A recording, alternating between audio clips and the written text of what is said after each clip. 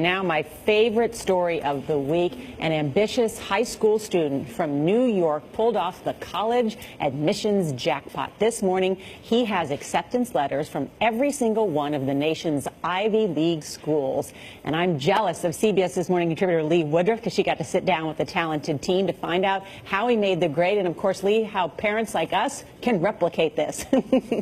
Well, good morning, Nora. And you should be jealous because it's an extraordinary feat, almost unheard of. The kid may have hit the jackpot, but as you'll see, it was not just a matter of luck. If you want to work with a partner, someone next to you, that's fine. But For most high schoolers, getting into even one of the nation's selective Ivy League colleges is a dream. But 17-year-old Kwaz'S got into all 8 of them. I was like, there's no way. Someone has to say no, because that just doesn't happen. And then, Harvard came in. That was the last one. And I was like, well, I guess it happened. Harvard, Princeton, Yale, Brown, Columbia, Cornell, Dartmouth, and Penn. How does that feel? Wonderful. Amazing, satisfying. Kwaz'S is in the top 2% of his class at William Floyd High, a Long Island public school, and he had an almost perfect score on the SATs. But he's got a lot more going for him than just good grades and high scores. I'm in youth and government at my school, track and field. I have a musical theater, chamber orchestra. I am a bass singer in the men's a cappella group.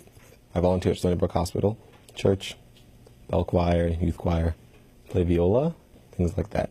And yet, the odds were still very much against him. Of more than 250,000 students who applied to the 8 elite schools, less than 9% got in.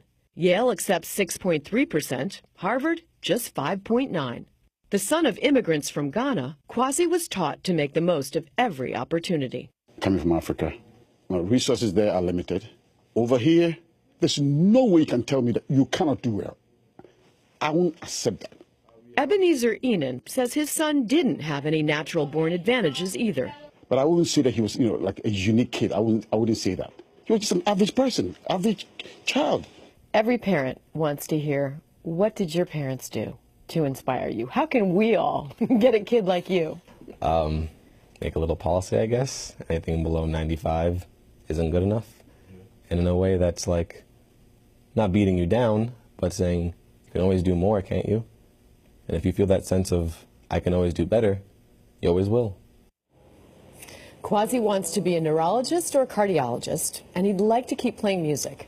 Of course, first, he has to decide which school to attend. And he's leaning toward Yale, but financial aid will be a factor. I hope you're listening, Yale admissions. And by the way, Charlie, he also got into several other schools, inclling Duke, your alma mater. Yeah. Yes, I heard Duke was his safety school. Oh, totally. Oh, God, yeah. Thanks, Kwaz'S. Right. Great Well, we'd family. be happy to have him. I can tell you that. And such an amazing family. His parents are immigrants from Ghana, right? And they're both nurses, right? Yes. And so they moved the family to this country to give him these opportunities. Does he have siblings? He has a daughter. I mean, he has a sister, and she's about 13. So she's watching. I asked his dad, is there a little bit of pressure here? And he said she's watching very closely. And did he have any designs when he thought about applying to all 8 Ivy Leagues? Because I don't know if a lot of kids usually apply to like 3 to 5 schools. That's a lot of schools to apply to. It was his dad's idea. His dad said, why don't you just try this? You can do this. And so it was his father inspired him to do it.